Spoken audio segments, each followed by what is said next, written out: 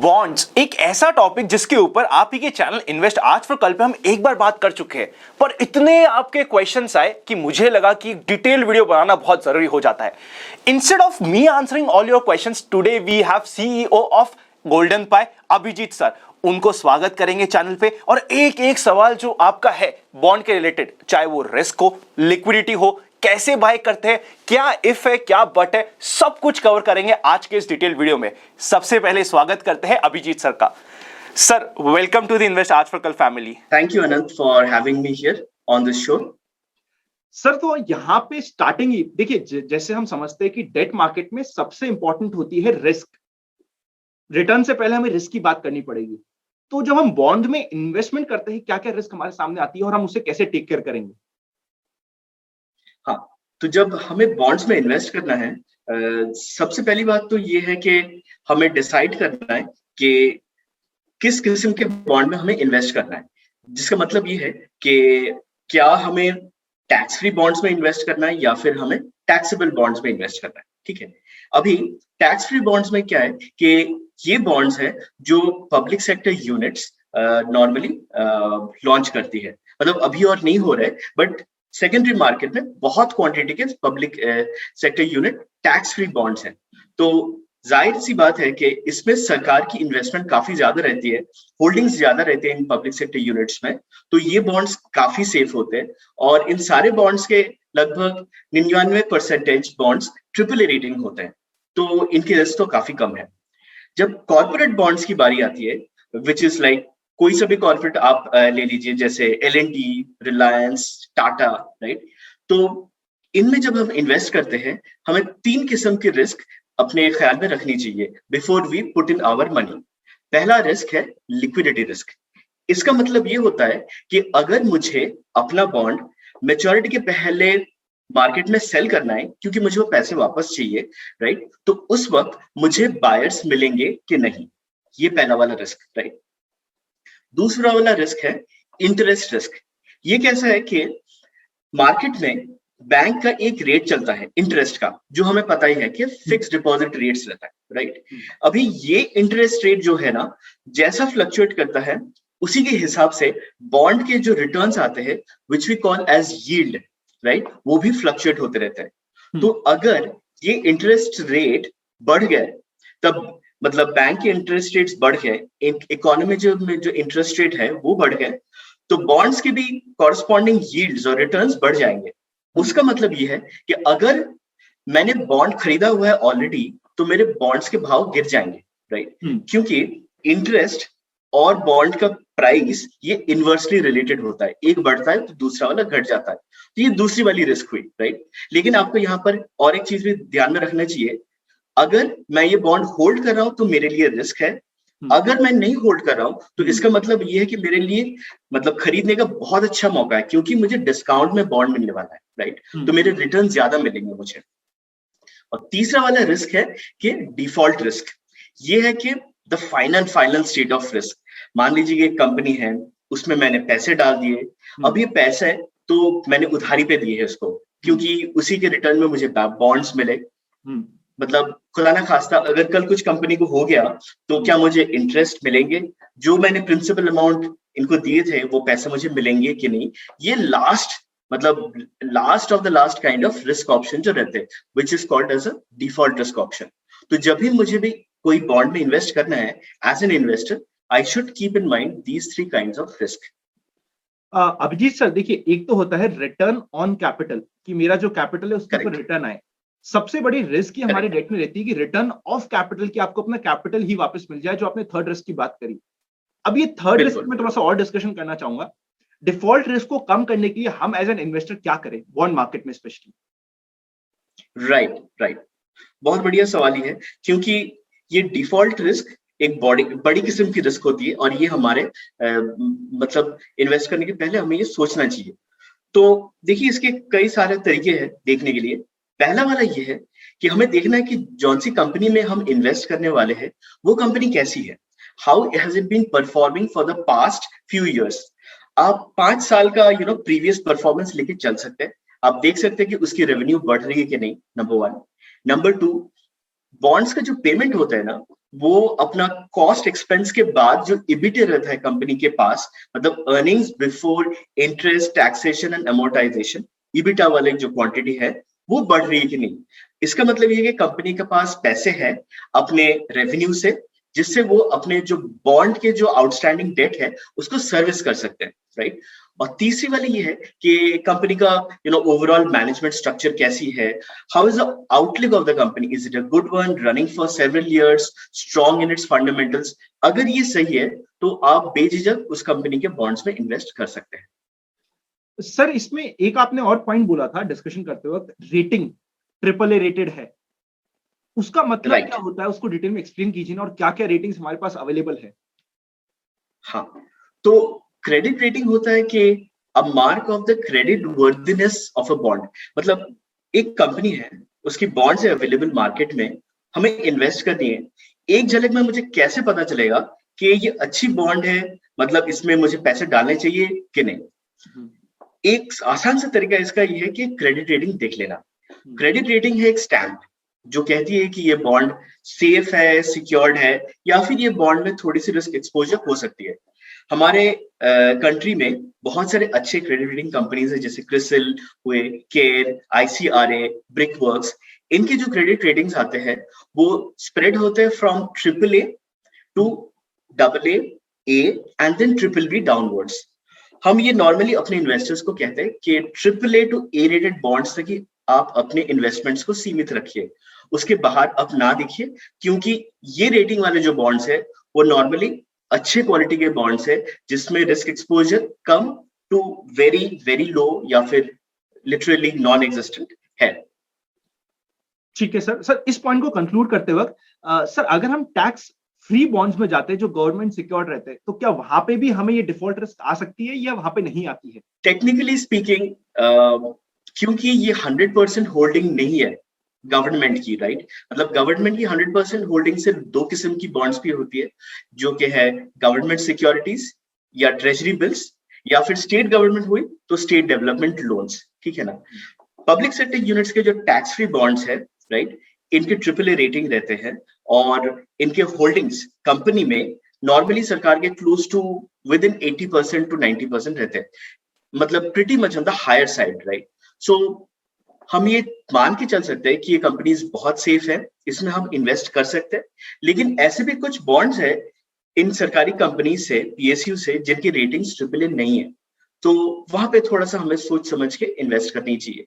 But हाँ, जहां पे सरकार का इन्वेस्टमेंट है वो normally you can consider as significantly safe one, a very safe one. या सर इसमें हमारी सिर्फ सेकंड रिस्क बची हुई रहेगी जिसके बारे में हमने डिटेल में डिस्कशन नहीं किया है, that is the liquidity risk. इसको हम कैसे टेक केयर करें? सपोज करते मैंने आज एक बॉन्ड बाय किया है, वो मैंने 5 साल का बॉन्ड बाय किया है, मुझे बीच में कुछ इमरजेंसी आ गई, देन व्हाट?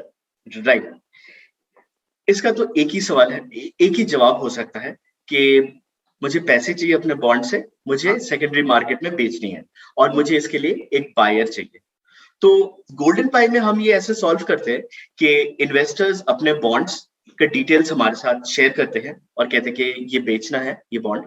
हम अपने जो फाइनेंशियल इंस्टीट्यूशंस है और डीप नेटवर्क ऑफ बायर्स है, वहां से we fetch for them the best quote. तो इन्वेस्टर फिर और या फिर द सेलर वो कोट देखते हैं और वो अप्रूव करते हैं and then they can sell it off into the market. तो इस जरिए से हम normally very high level of liquidity provide कर सकते हैं। यहाँ पे मैं एक पॉइंट एम्फसाइज करना चाहूंगा और वो ये है कि जितनी छोटी रकम है बॉन्ड पे, वो मार्केट में बेचना उतने डिफिकल्ट हो जाता है। मतलब अगर मेरे पास सिर्फ 5,000 या 6,000 का बॉन्ड है, तब सेकेंडरी मार्केट में सेल करना थोड़ा सा चैलेंजिंग हो सकता है। हाँ, मैं जाके हमेशा नेशनल स्टॉक एक्सचेंज या बॉम्बे स्टॉक एक्सचेंज जो है, एनएससी एंड बीएससी, वहां पे जाके एक कोड डाल सकता हूँ कि अगर कोई मुझे बायर मिल गया वहां पे, ठीक है ना, तो दैट इज वन ऑप्शन। लेकिन आउटसाइड दैट अगर मुझे बेचना है तो मुझे ओटीसी मार्केट का एक्सेस लेना है, और जो कि हम गोल्डन पाई में फुल एक्सेस प्रोवाइड करते हैं हमारे बॉन्ड इन्वेस्टर्स को। तो वहां पे अगर आपका क्वांटम 50,000 एंड अबव है, काफी आसानी से ये बॉन्ड्स सेल हो जाते हैं। You get buyers always in this market. Sir इसमें एक डिफिकल्ट क्वेश्चन है, मैं बिल्कुल आई एम वेरी श्योर सब इन्वेस्टर के दिमाग में एक क्वेश्चन आने वाला है। सर आपने कहा कि बेस्ट कोट का मतलब क्या, मतलब जो मेरी वैल्यू है उस पर यूजुअली कितना डिस्काउंट पे जाता है ये फंड? ये तो डिपेंड करेगा कि कोट किस टाइम पे आ रहा है। मतलब जिस टाइम पे मैं अपना बॉन्ड्स को सेल करने का कोशिश कर रहा हूँ, उस टाइम पे मार्केट कैसा है, उस टाइम पे जो कंपनी है वो कैसे परफॉर्म कर रही है, और ऑपोजिट साइड में जो बायर्स है वो कौन सी भाव पे ये बाय करना चाह रहे हैं। तो बेस्ट कोट का मतलब ये है कि नॉर्मली एक कोट किसी एक से नहीं आता है। Normally at least 3 to 4 financial institution से कोट्स आते हैं हमारे पास, जिनमें से जो सबसे मैक्सिमम है, जहां पे सेलर को सबसे ज्यादा पैसे मिले अपने सेल से, वो हम इन्वेस्टर को, अपने सेलर्स को प्रोवाइड करते हैं। तो बेस्ट कोट का मतलब ये है कि pack of quotes come in, we provide the maximum the highest quote to the seller. But वो यूजुअली कुछ डिस्काउंट पे तो होता ही है, राइट? कुछ तो डिस्काउंट होता ही है उस पर। ये हमेशा जरूरी नहीं है। अच्छा, आज अगर मैं एक बॉन्ड खरीद रहा हूँ और मान लीजिए कि मैं उस बॉन्ड को 100 के भाव पे, मतलब कंसिडरिंग फेस वैल्यू एज 100, मैं खरीद रहा हूँ 101 पे, ठीक है ना। अब 2 साल बाद ये हाईली पॉसिबल हो सकता है कि वो बॉन्ड 103 या 105 पे वो मतलब बाय सेल हो रही है। उस टाइम पे तो मुझे डेफिनेटली कैपिटल गेन मिलने वाला है, राइट। तो मुझे कोई डिस्काउंटेड प्राइस पे बेचने का जरूरत नहीं है।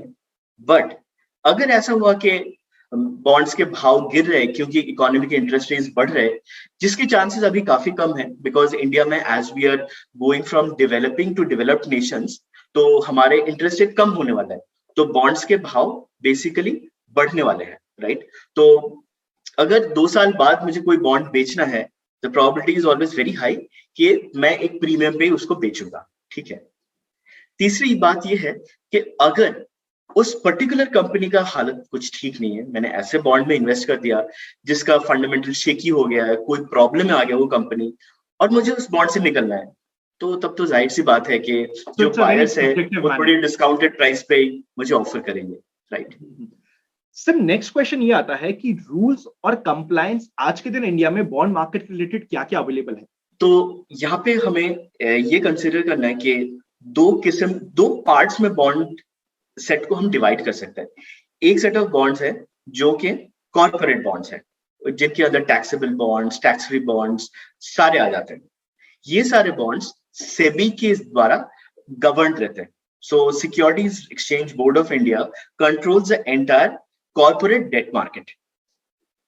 दूसरा वाला पार्ट ऑफ बॉन्ड्स ये है कि government securities, treasury bills, state development loans, ये भी एक किस्म के बॉन्ड्स हैं। ये रिजर्व बैंक ऑफ इंडिया के रेगुलेशंस के अंडर आते हैं। सर इसमें फिर नेक्स्ट क्वेश्चन ये आता है कि इनके आज के दिन पे कितने कंप्लायंसेस टफ है? क्या इन्वेस्टर के लिए कोई सेफ्टी पैरामीटर है?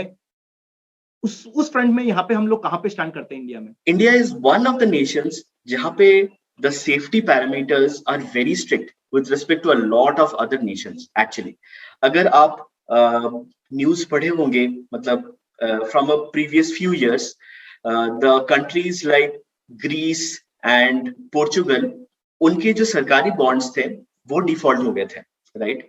इंडिया में ऐसा कोई सिनेरियो आज तक नहीं हुआ है, और हमारा जो स्ट्रक्चर्स और पॉलिसीज है जो कि सेबी और आरबीआई ने सेटअप किया है वो बहुत स्ट्रिक्ट है, वो बहुत ही बढ़िया है, even in comparison to the US markets, right.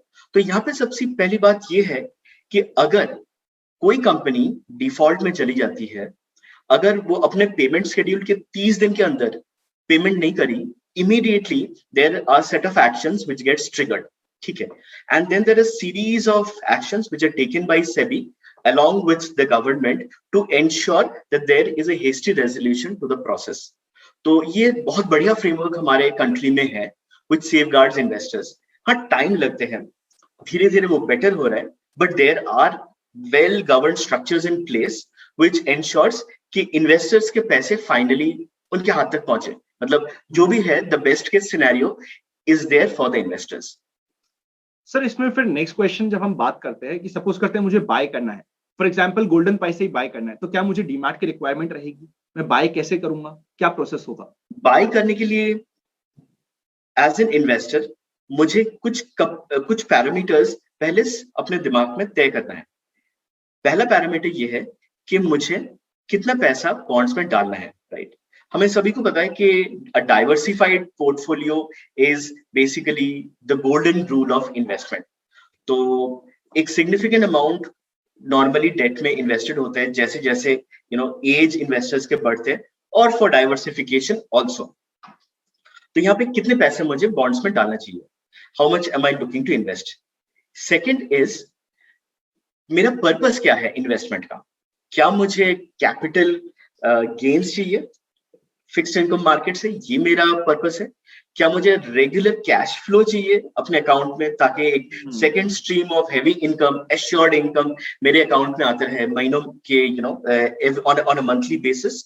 या फिर मैं मार्केट को ऐसे टाइम कर रहा हूं ताकि मेरे लाइफ गोल्स के साथ ये मेरे इन्वेस्टमेंट्स टाइम्ड हो, जैसे बच्चों की पढ़ाई, राइट, या फिर कोई बड़ी सी घर खरीदना, या फिर एक फॉरेन लोकेशन पे एक एक्सपेंसिव टूर पे जाना, राइट। ये सारी चीज टाइम बाउंड है, राइट, 2 साल, 3 साल, 5 साल। तो इस पर्पस के लिए क्या मैं बॉन्ड्स में इन्वेस्ट कर रहा हूँ। एंड चौथा ये है कि क्या मुझे टैक्स सेविंग के लिए बॉन्ड्स में टैक्स सेविंग के पर्पस से मैं इन्वेस्ट कर रहा हूँ। ये हो गया पर्पस। एंड फाइनली ये है कि किस किस्म का रिस्क के लिए मैं कंफर्टेबल हूँ। ट्रिपल ए रेटेड बॉन्ड्स में रिस्क लेवल बहुत कम होती है, लेकिन उसके रिटर्न्स भी कम होते हैं, मतलब risk and return go hand in hand. तो ट्रिपल ए रेटेड बॉन्ड पे मुझे 7% ज्यादा से ज्यादा मिलेंगे। अगर मैंने थोड़ा सा एक्सपोजर लिया और मैं डबल ए रेटेड पे बॉन्ड्स पे इन्वेस्ट करा, अच्छी कंपनी से, अच्छे पब्लिक सेक्टर बैंक से, प्राइवेट सेक्टर बैंक से, तो मुझे 9.5 से 10% मिल सकते हैं। और अगर मैं ई रेटेड बॉन्ड्स पे चला गया तो और थोड़ा सा ज्यादा इंटरेस्ट मिल सकता है। देख के ये सारे पैरामीटर्स कंसिडर करके मुझे अच्छी कंपनी में इन्वेस्ट करनी चाहिए। So this is how I should think about selecting a bond for my investment or a pack of bonds for my investment. Sir demat मुझे इसके लिए रिक्वायरमेंट नहीं है, right? Demat is a must to hold bonds, क्योंकि as per the government rules, I think in 2001 all bond holdings mandatorily are now in the dematerialized format.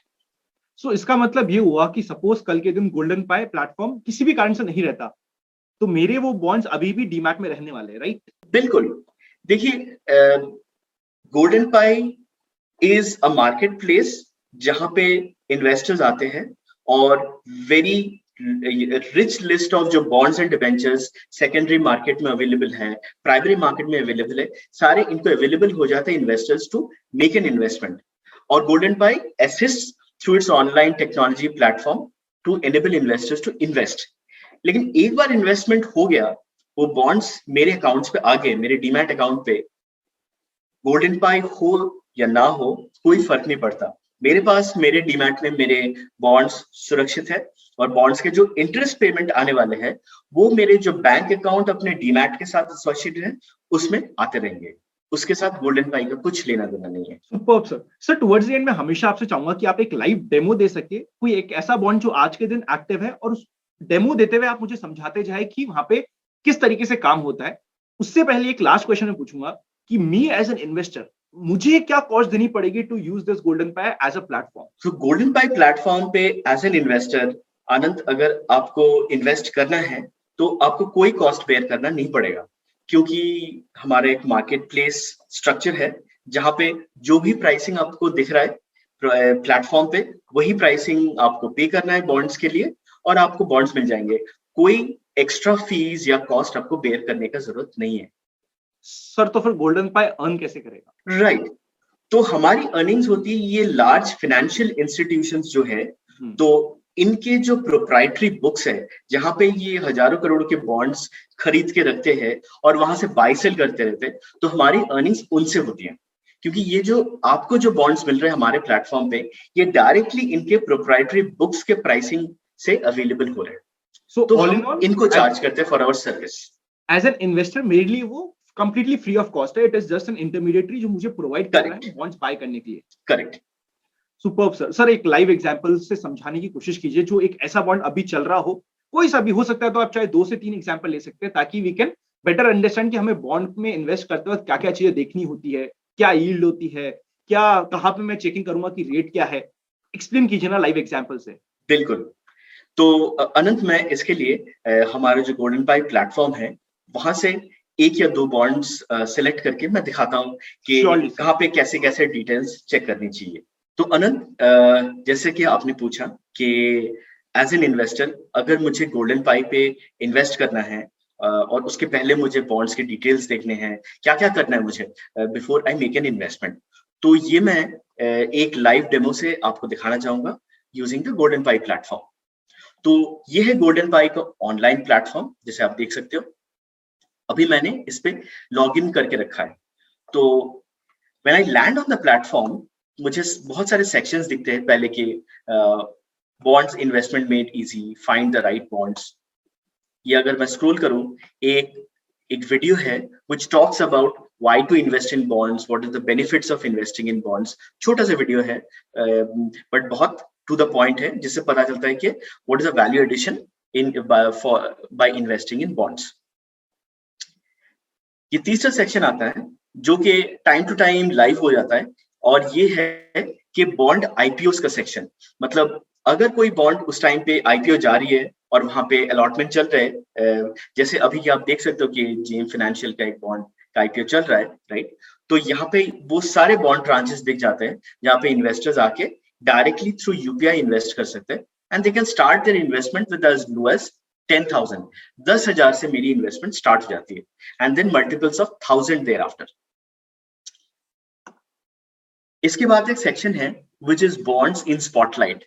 ये हर रोज curate होता है हमारे सिस्टम में, जहां पे एक ट्रिपल ए रेटेड बॉन्ड जो सबसे ज्यादा रिटर्न्स दे रही है फॉर दैट पर्टिकुलर डे, दो डबल ए रेटेड बॉन्ड और एक A rated bond one second जो सबसे ज्यादा रेट ऑफ रिटर्न उस दिन के लिए दे रही है। तो यहाँ पे उसका लिस्ट दिखता है। सो इसमें अगर हम रिस्क की, एक सेकंड सर, इसमें अगर हम बात करें जो ट्रिपल ए रेटेड है उसका यील्ड हम देख सकते हैं कि 7.43 है, तो यील्ड कम है पर ये सबसे ज्यादा सेफ है। डबल ए में हमारे पास यील्ड थोड़ी सी बढ़ जाती है। यील्ड मतलब कि जो मुझे रिटर्न मिल सकता है या जो इंटरेस्ट मिल सकता है, राइट। हाँ, तो ये यहाँ पे थोड़ा सा बढ़ गया है, पर ये मेरी थोड़ी सी रिस्क भी बढ़ गई है क्योंकि मैं थोड़ा से लो क्वालिटी कंपैरेटिवली पेपर में जा रहा हूं as compare to triple A. हाँ, जब मैं ए माइनस में चल जाता हूं मेरी यील्ड हो जाती है ऑलमोस्ट 13.28%, बट यहाँ पे मेरी रिस्क भी बढ़ चुकी है और मिनिमम इन्वेस्टमेंट का अमाउंट यहाँ पे शो हो रहा है। हाँ, बिल्कुल डन सर। तो आगे बढ़ते हैं। अभी मुझे अगर बॉन्ड्स की लिस्ट देखने हैं आज के दिन पे कौन सी बॉन्ड्स है गोल्डन पाई प्लेटफॉर्म पे अवेलेबल, तो ये मैं बहुत सारी जगह से वो लिस्ट देख सकता हूँ। एक है डिस्कवर बॉन्ड्स। तो डिस्कवर बॉन्ड्स पे अगर मैंने क्लिक किया तो मैं एक डिटेल्ड पेज पे पहुंच जाता हूं जहां पे बहुत सारे बॉन्ड्स उस दिन जो मार्केट में ओटीसी मार्केट में अवेलेबल है उसके सारे लिस्ट दिखते हैं। यहाँ पे मुझे कैसे कैसे डिटेल्स देखने चाहिए। पहला तो है कि ये बॉन्ड जो है उसका मिनिमम इन्वेस्टमेंट अमाउंट कितना है, ये यील्ड कितना है, पेमेंट का फ्रीक्वेंसी कैसे है, और कॉल डेट कैसा है, कॉल डेट या मैच्योरिटी डेट कैसा है। तो मेरे कुछ जब मुझे पैसा रिक्वायरमेंट्स वापस मिलेगा, जब मुझे पैसा वापस मिलेगा, राइट। कब मुझे पैसा वापस मिलने वाला है, करेक्ट। तो यहाँ पे एक ध्यान देने वाली चीज ये है कि लेफ्ट हैंड साइड पे एक फिल्टर का पैनल है जिसके जरिए इन्वेस्टर्स हेल्प ले सकते हैं कि इतनी बड़ी लंबी चौड़ी लिस्ट है, इसमें से कौन सी बॉन्ड्स मेरे लिए सूटेबल है, मेरे इन्वेस्टमेंट पर्पस के लिए सूटेबल है। तो एक एग्जांपल मैं बताता हूँ कि मुझे मान लीजिए मेरा इन्वेस्टमेंट पर्पस है कि मुझे एफडी से ज्यादा पैसे चाहिए, तो मैंने इसको सिलेक्ट कर लिया। दूसरा ये कि मैं डबल ए रेटेड बॉन्ड्स तक इन्वेस्ट कर सकता हूं, मुझे रिटर्न्स अच्छे चाहिए बट मुझे हाई लेवल ऑफ सेफ्टी भी चाहिए, तो मैं डबल ए रेटेड सिलेक्ट कर लेता हूं। और तीसरा ये आ गया कि इन्वेस्टमेंट अमाउंट। इन्वेस्टमेंट अमाउंट मैं डिसाइड करता हूं कि 10 से 50 लाख के बीच में मैं कुछ इन्वेस्ट करने वाला हूं, क्योंकि these are my lump sum investment और ये मैं काफी समय तक मैं होल्ड करने वाला हूं, because these are going to be my safe investment, और मेच्योरिटी होगा तो मुझे पैसे वापस मिलेंगे। तो मैं 10 से 50 लाख का सिलेक्ट कर लेता हूँ। क्या यहाँ पे सर ये तीन पैरामीटर, क्या यहाँ पे लेस देन 1 लाख के भी ऑप्शंस आते हैं जहाँ पे मैं लेस देन 1 लाख इन्वेस्ट कर सकता हूँ? फिलहाल अभी के लिए तो minimum investment quantum is 2 lakh for secondary market bonds, but हाँ 1 लाख के लिए मुझे आईपीओ के सेक्शन पे जाना पड़ेगा। तो यहाँ अगर मैं चला गया, यहाँ पे जो मुझे ट्रांचेस दिखते हैं बॉन्ड्स के, जैसे जेम फाइनेंशियल, इसके लिए मिनिमम इन्वेस्टमेंट अमाउंट इज 10,000। इसके रिटर्न्स है 8.3%, 8.5%, वो वैरी करते रहते हैं डिपेंडिंग अपॉन द बॉन्ड जिसका आईपीओ चल रहा है, राइट। लेकिन यहाँ पे मिनिमम इन्वेस्टमेंट अमाउंट इज 10,000। तो अगर मेरा investment requirement is up to 1 lakh, I can consider investing in bond IPOs. But अच्छी वाली बात ये है कि बहुत जल्दी हम लोग सेकेंडरी मार्केट में भी ऐसे बॉन्ड्स अपने प्लेटफॉर्म पे लाने वाले हैं जो कि 1 लाख क्वांटम में भी इन्वेस्टर्स इन्वेस्ट कर सकते हैं। सुपर्ब। तो अभी मैं वापस चला जाऊंगा प्रीवियस सेक्शन पे और मैं एक डिटेल्ड डिस्क्रिप्शन बॉन्ड्स के दिखाना चाहता हूं। तो let me consider this bond. ये जानी मानी कंपनी है IIFL, it's a wealth management company, NBFC, बहुत बड़ी कंपनी है जिनके हेडक्वार्टर्स मुंबई में है। तो इनके कुछ बॉन्ड ट्रांचेस है, तो वो मैं एक बार चेकआउट कर लेता हूँ। जब इस कार्ड को मैं क्लिक करता हूँ, then I am taken to the product details page. यहाँ पे मुझे IIFL होम फाइनेंस, यहाँ पे मुझे सारे डिटेल्स दिखेंगे इस बॉन्ड के। कैसे? मिनिमम इन्वेस्टमेंट अमाउंट, कितने पैसे मुझे इन्वेस्ट करने हैं इस बॉन्ड में, मिनिमम क्वांटिटी, राइट। इस प्राइस के हिसाब से मेरे रिटर्न्स क्या होने वाले हैं if I am holding this bond till this maturity date of 3 November 2028। Payment terms, मतलब सालाना मुझे किस फ्रीक्वेंसी में पैसे मिलने वाले हैं, ईयरली या फिर क्वार्टरली या मंथली या बाई एनुअली, वो इस पेमेंट टर्म से पता चलता है। और काफी और सारे पैरामीटर्स होते हैं, जैसे ये टैक्सेबल बॉन्ड है या टैक्स फ्री बॉन्ड है, किस तारीख पे ये बॉन्ड इशू हुई थी, पब्लिक प्लेसमेंट हुआ था या फिर ये प्राइवेटली प्लेस्ड है, लिस्टेड है ऑन स्टॉक एक्सचेंज और नॉट, ये सारे डिटेल्स दिखते हैं। राइट हैंड साइड पे आपको दिखेगा कैश फ्लो। यहाँ पे जो मजे की चीज जो है कि अगर आप इसको एक्सपैंड करोगे, आपको दिखेगा कि ये कैश अगर मैं आज इस बॉन्ड में इन्वेस्ट करूं, तो till maturity date is a kind of capital that I'll be earning on this particular bond, जो कि यहाँ पे दिखता है, राइट। ठीक है कि मुझे कब कब कितना कितना मिलेगा, कैसे मिलेगा, पॉइंट। राइट। फिर नीचे वाली सेक्शन इसके बाजू में जो है वो है क्रेडिट रेटिंग, जो कि इस सेक्शन में है। फिर डेट क्वालिटी, जहां पे 3 बहुत इंपॉर्टेंट पॉइंट्स लिखे हुए हैं। एक है the securitization of the bond, whether is secured और अनसिक्योर्ड। सीनियरिटी, कि ये सीनियर बॉन्ड है, ये सबऑर्डिनेट बॉन्ड है। और तीसरा ये है कि ये लिस्टेड है स्टॉक एक्सचेंज पे या नहीं। सर इसमें एक पॉइंट डिस्कस करते हैं, सिक्योरिटी। अगर बॉन्ड सिक्योर्ड है तो मेरे लिए कंपैरेटिवली ज्यादा सेफ है। ये तो है, क्योंकि ये बॉन्ड के अगेंस्ट में कुछ कोलैटरलाइज्ड एसेट्स हैं, जो कि फिजिकल एसेट्स हो सकते हैं या फिर फ्यूचर कैश फ्लोज हो सकते हैं। तो secured bonds definitely unsecured bond से ज्यादा सेफ है। सो कभी कुछ दिक्कत आती है सिक्योर्ड बॉन्ड्स में, तो जो कंप्लीट प्रोसेस होता है that is taken care of by the NCLT, which is the National Council for insolvency processes if a bond defaults. Done, sir. So this can also be a point जो हम देख सकते हैं हमेशा कि ये मेरा सिक्योर्ड है, अनसिक्योर्ड है। सिक्योर्ड है तो मेरे लिए एक एडेड एडवांटेज हो जाता है। करेक्ट। और ये सारे parameters normal course of action पे कभी इंपॉर्टेंट होते नहीं है। ये इंपॉर्टेंट तभी होते हैं when company is at its last stage की कंपनी बंद होने वाली है। टाइप ऑफ रिस्क आ जाए मेरे पास, that is the credit risk. Correct, which is the default risk। या ये एक सेक्शन है जहां पे बॉन्ड के सारे हाइलाइट्स दिखते हैं। यहाँ पे आप कंपेयर कर सकते हो बॉन्ड को, और उसी अमाउंट अगर आप किसी ने एफडी में डाला है तो कितना एक्स्ट्रा पैसा आपको बॉन्ड्स मिलेगा फॉर ड्यूरेशन ऑफ 5 years, वो यहाँ पे आप देख सकते हो। जैसे ICICI मैंने सिलेक्ट किया तो अमाउंट चेंज हो जाता है। Pre tax and post tax ये भी आप यहाँ पे जज करके देख सकते हो। ये सेक्शन जो है यहाँ पे IIFL होम फाइनेंस लिमिटेड जिसके बॉन्ड्स है, जो कॉर्पोरेशन जिसके बॉन्ड्स आप इन्वेस्ट करने वाले हो, इनकी डिटेल्स यहाँ पे मेंशन है। तो आपको यहाँ पे डिटेल में दिखेगा कि ये एंटिटी कैसी है, कब ये स्टार्ट हुई थी, तो आपको एक फेयर अमाउंट ऑफ आइडिया बन जाएगा कि ये बॉन्ड इशूइंग एंटिटी किस किस्म की कंपनी है और इसमें आपको कंफर्टेबल लग रहा है कि नहीं, और अगर आपको कंफर्टेबल लगे तभी आप इस पे इन्वेस्ट करो।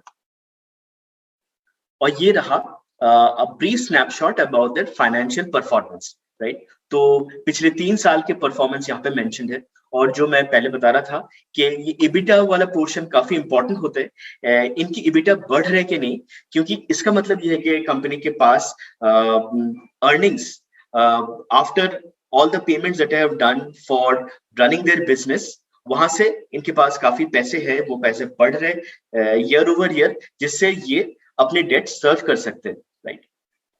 तो ये बहुत इंपॉर्टेंट सेक्शन है जो डेफिनेटली आपको देखना चाहिए। एक ब्रीफ स्नैपशॉट है यहाँ पे अबाउट फ्यू पैरामीटर्स, जैसे लास्ट फाइनेंशियल ईयर में कितना रेवेन्यू हुआ था कंपनी का, एंड अभी करंट MD CEO कौन है, just to know details about the company.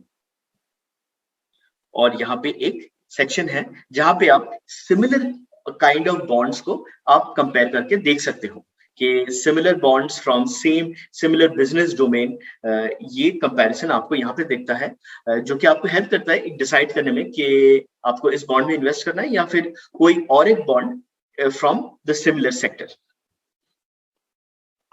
तो अभी मुझे अगर इन्वेस्ट करना है तो मैं यहाँ पे टॉप पे आ सकता हूँ, यहाँ पे इन्वेस्ट बटन है। इफ आई क्लिक दैट, यहाँ पे एक डिस्क्लेमर है।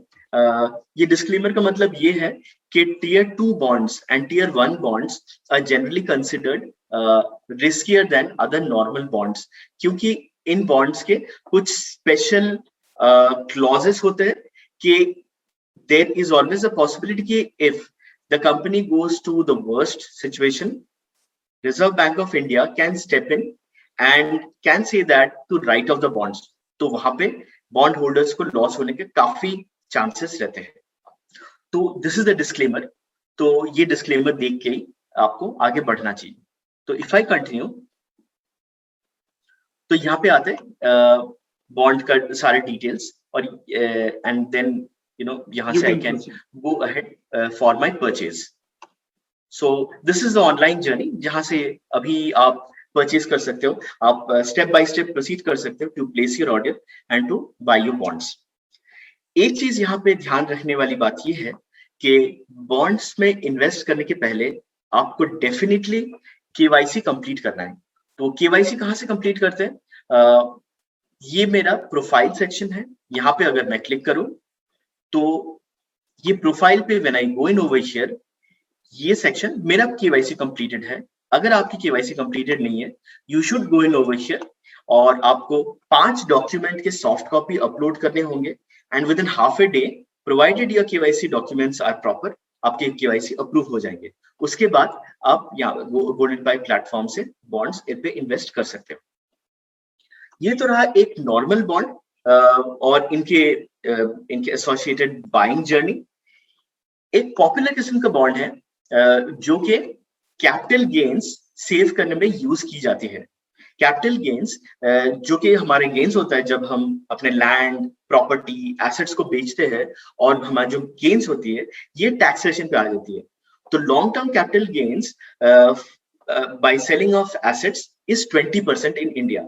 तो एक किस्म का बॉन्ड है जहां पे अगर आप इन्वेस्ट करो अप टू 50 लाख आप इन्वेस्ट कर सकते हो उस बॉन्ड्स पे। वो बॉन्ड पे अगर आपने इन्वेस्ट किया तो आपको ये taxation of 20% is 100% exempted by the government of India. और ये बॉन्ड्स की नाम है 54 EC बॉन्ड्स और कैपिटल टैक्स सेविंग बॉन्ड्स। तो ये हमें कहाँ से लोकेट होगा? लेफ्ट हैंड पैनल पे अगर आप देख रहे हो कि यहाँ पे एक स्पेसिफिक कैटेगरी है which talks about save capital gain tax। ये अगर हम सिलेक्ट करें तो यहाँ पे हमें ये 2 ट्रांचेस ऑफ बॉन्ड्स दिखेंगे। एक है 54 EC बॉन्ड फ्रॉम REC और दूसरी है 54 EC from NHAI। In bonds में आप इन्वेस्ट कर सकते हो। इनके मिनिमम इन्वेस्टमेंट अमाउंट है 20,000 और मैक्सिमम इन्वेस्टमेंट अमाउंट अलाउड है 50 lakh by the government of India. और इस पे आप इन्वेस्ट करेंगे तो ईयरली आपको 5% रिटर्न मिलेगा अपने कैपिटल पे, और जो 20% का कैपिटल गेन पे आपका टैक्सेशन था वो 100% एग्जेम्प्टेड है by the government of India. So this is specifically used जब भी आपको कोई प्रॉपर्टी आपने सेल करी हो, आपको कोई यहाँ पे कैपिटल गेन हो रहा हो, 54 ईसी में डिडक्शन की रिक्वायरमेंट हो, तब आप इस बॉन्ड को कंसिडर कर सकते हो। इनकी यील्ड्स यूजुअली कम होती है, पर these are very safe bonds, और ये एक आप नॉर्मल कॉस्ट में भी कभी भी यूज कर सकते हो, कभी भी आपको टैक्स बचाने के लिए यूज करना हो तो। हाँ, सुपर्ब सर, आई थिंक हमने ऑलमोस्ट सारी की सारी चीजें कवर कर ली है। अगर हमारे इन्वेस्टर्स को, अगर हमारे फैमिली मेंबर्स को, इन्वेस्ट आज पर कल के फैमिली मेंबर्स को एटलीस्ट स्टडी करना है बॉन्ड्स को, तो मैंने उन सभी के लिए गोल्डन पाई का लिंक डिस्क्रिप्शन में रख दिया है, प्लस जो पहला कमेंट है उसमें भी पिन करके रख दिया है, ताकि आप गोल्डन पाई पे जाके स्टडी कर सकते हो। देखिए ये नई स्पेस है, तो ऑब्वियसली हमें स्टडी करने में थोड़ा टाइम लगेगा, तो आप आराम से जाइए, स्टडी कीजिए, चीजों को समझिए। जब तक आप समझोगे नहीं तब तक आप इन्वेस्ट करने का प्लान करिएगा भी मत। ये मेरा पर्सनल एड ऑन है। And towards the end, Abhijit sir, thank you so much कि आप आए और हम सभी के साथ इतना डिटेल में एक एक चीज को समझाया। Means a lot sir. Thank you and it's my pleasure. Sir लेकिन एक आपसे कमिटमेंट जरूर चाहूंगा towards the and. I am very sure, because bond काफी नया मार्केट है, I am very sure comment में मेरे पास बहुत सारे क्वेश्चंस आने वाले हैं। अगर एक set of number of question के ऊपर हो गया तो आप वापस आएंगे और सभी को वापस से सारे क्वेश्चंस का आंसर देंगे। हाँ, I will be happy to come back and answer all those questions. और तब तक के लिए आप गोल्डन पाई प्लेटफॉर्म को एक्सप्लोर करिए। अनंत ने जैसे बड़े खूबी से समझाया कि बॉन्ड इन्वेस्टमेंट्स अपने पहले वीडियो में कि बॉन्ड इन्वेस्टमेंट्स ऐसे करनी चाहिए, इसको पहले स्टडी करना चाहिए, जो कि बिल्कुल सही तरीका है कोई भी एसेट क्लास में पहली बार इन्वेस्ट करने के लिए। और अगर आपको डिटेल में इंफॉर्मेशन चाहिए तो यहाँ पे प्लेटफॉर्म पे एक लर्न सेक्शन है, जो अगर आप जाएंगे तो आपको डिटेल्ड आर्टिकल्स और ब्लॉग्स एंड पोस्ट्स मिलेंगे, जहाँ पे आपको सारे डिटेल्स मिलेंगे जो कि आपको जानना जरूरी है before you invest in bonds. Superb sir, thank you so much sir for coming and helping us out. Thank you so much.